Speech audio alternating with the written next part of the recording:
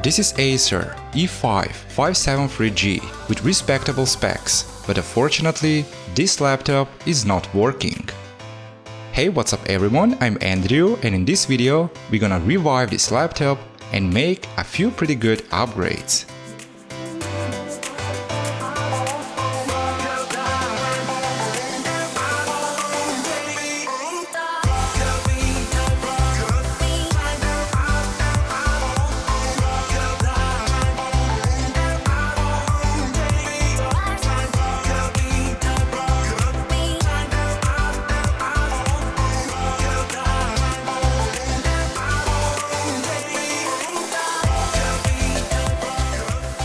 This is Acer E5 573G in a pretty good shape and with good specs. This laptop has Intel i5 5200U CPU.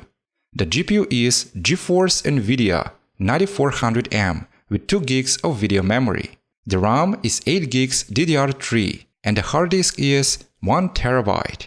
But unfortunately, this laptop suddenly stopped working.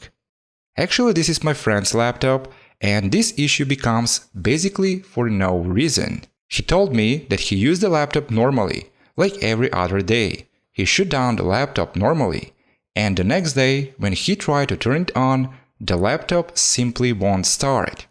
The only thing that shows some sign is the blinking LED. Well, let's start and back this laptop in function again. First, I will start from the bottom side. I will remove the bottom case because I need access to the inside, I mean to the motherboard.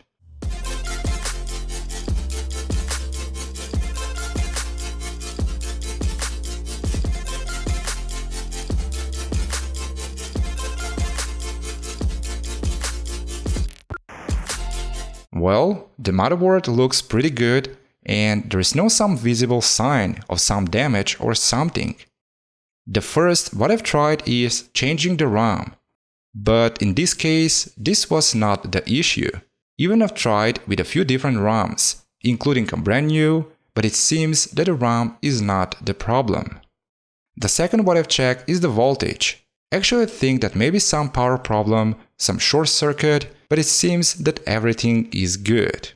So in this case, I can only guess what can be, and there is a few possible options. It can be some very tiny problem about the power or some signals. The second option is the GPU, but I think is not the GPU, because this is not usual with NVIDIA graphics.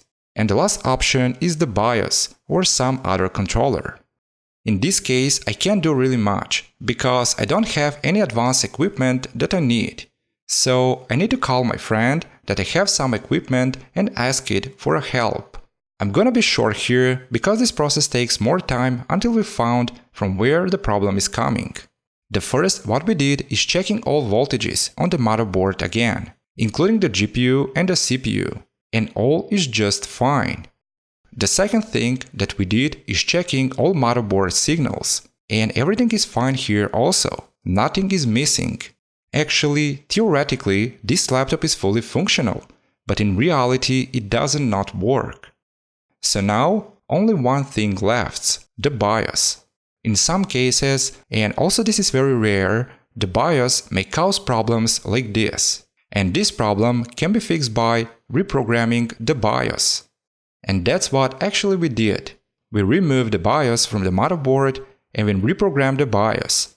Then we backed the BIOS chip on the motherboard and the laptop started working. Now, the laptop is booting into the Windows, but there is one more issue. The BIOS is not accessible. When I've tried to access the BIOS, the laptop stuck at a black screen that lasts forever. But however, this is usual problem, and it's very easy to fix it. Now, all that I have to do is to download the latest BIOS version from the official manufacturer's website and to reinstall or update the BIOS.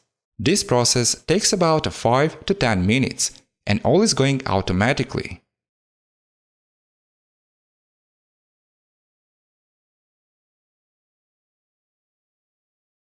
So after install the latest BIOS version, everything is back into the normal. The laptop is fully functional now. I can access in the BIOS and do all settings that I need. The other great thing is there is no some other issue with the hardware and all is working fine. I'm not really sure how this problem becomes, but sometimes it's just happening. Well, now after all is done here, it's time to move on the other things, like cleaning the laptop from the inside, cleaning the motherboard, and some upgrades. First, I will start by cleaning the case from the inside and the bottom case. To clean the both cases, I will use a soft brush, cotton buds, and 96% alcohol.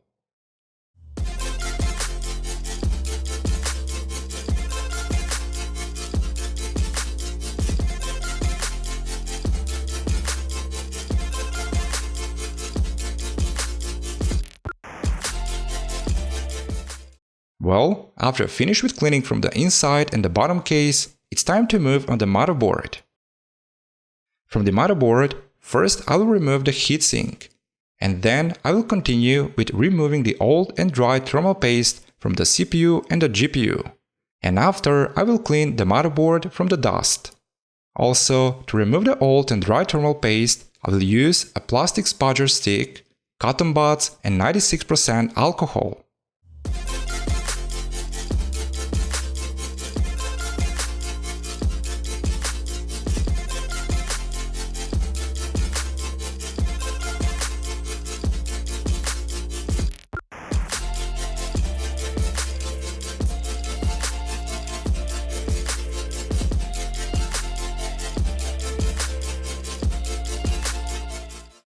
Well, this is it.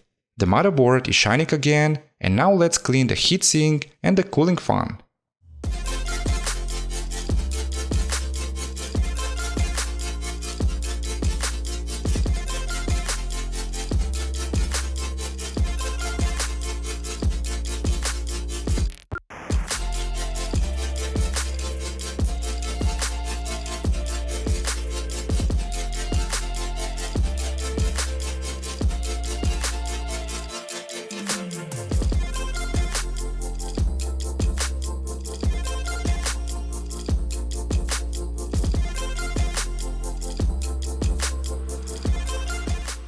Well, this is it.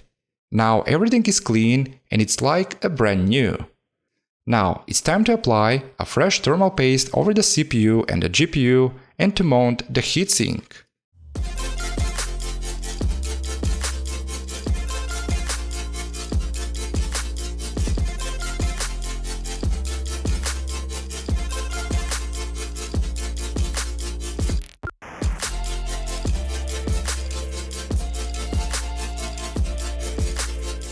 Well, the motherboard is ready now.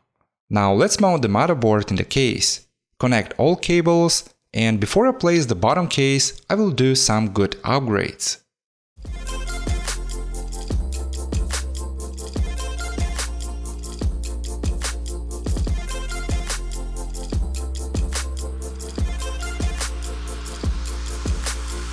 Well, this is it, and now it's time to do some upgrades. And the first upgrade will be the RAM. This laptop has 8 gigs of RAM, and now I will add an 8 gigs more.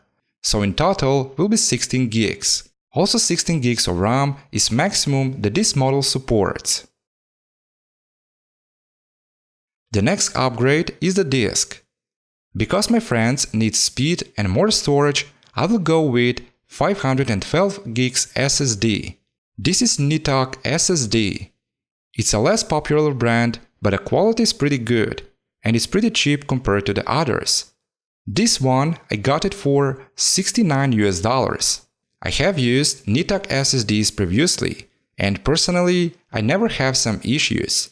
However, later I will do a benchmark test and show the performance.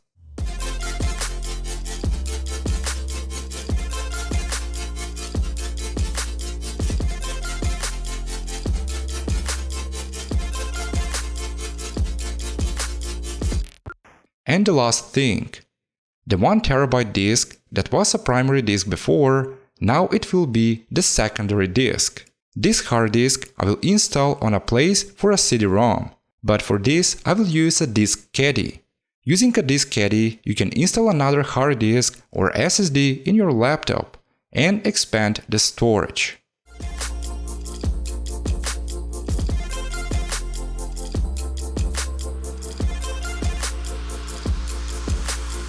Well, now basically all is done from the bottom side, and now I will clean the laptop from the outside. And first I will start with the keyboard. To clean the keyboard, I will use a cotton buds, few soft cleaning cloths and 96% alcohol. While cleaning the keyboard, I have to be very careful to not damage some key or cause some other damage. The keyboard is very sensitive to clean. Even small drops of any kind of liquid, including pure alcohol like this one, may damage the entire keyboard. I mean, if the liquid passes to the inside.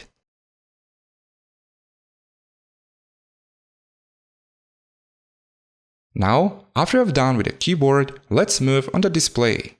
The display is pretty dirty and needs cleaning.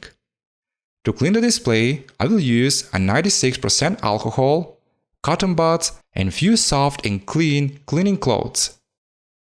If you're going to clean some display, you need to be very careful also. Especially be careful with the display edges. I mean, never put any kind of liquid over the edges, because the display on the edges is very sensitive, and if the liquid goes there, then you may damage the entire display. Well, this is it, and the display is shining again.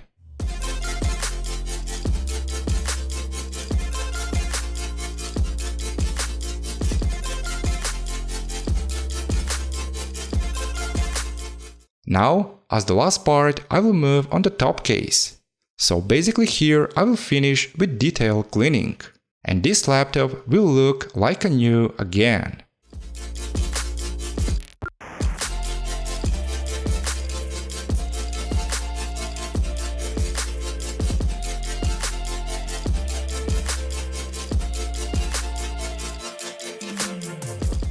So this is it.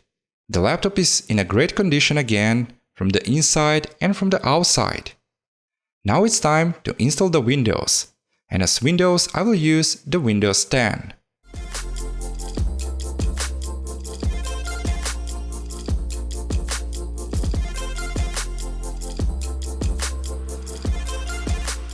Because this laptop has already connected a Windows 10 license, after install the Windows, first I done an online activation, and after I install the drivers. Basically everything is working great and fast, but the NVIDIA GPU is not showing. Actually, that's because the BIOS. I reboot the laptop and I access in the BIOS, but in BIOS, by default, there's no option to enable the NVIDIA graphics. But however, a lot of newer laptops have a hidden BIOS settings. And in this case, to enable these settings, I will press and hold the Function key and I will press the Tab key 3 to 4 times. After this, I will save the changes and I will reboot the laptop and access in the BIOS again. And now the hidden settings will appear. So now I can enable the NVIDIA GPU again. But also I can do some additional settings. Well, now after I enable the NVIDIA GPU, I will boot in Windows and I will install the NVIDIA drivers manually.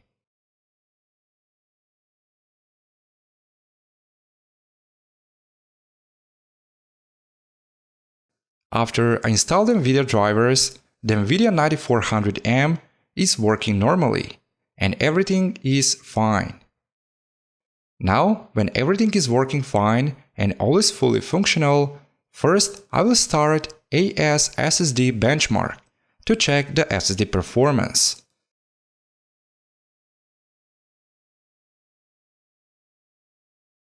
Well, this is the score. The performance are not bad at all, and if I compare this SSD to the other brands, the performance are very similar to the Kingston SSD that mostly I used. However, if you ask me personally, I like the both brands, but this NITAC is not bad for the value. Now let's move on the other things. Because I want to test this laptop performance, I install a few games.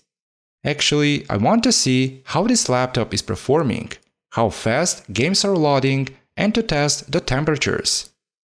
And the first game on the list is the GTA 5. Loading the GTA 5 is going pretty good and pretty fast, and I'm pretty surprised from the performance. In the GTA 5, I set the graphics to medium settings and few to high, and the GTA 5 is running pretty well.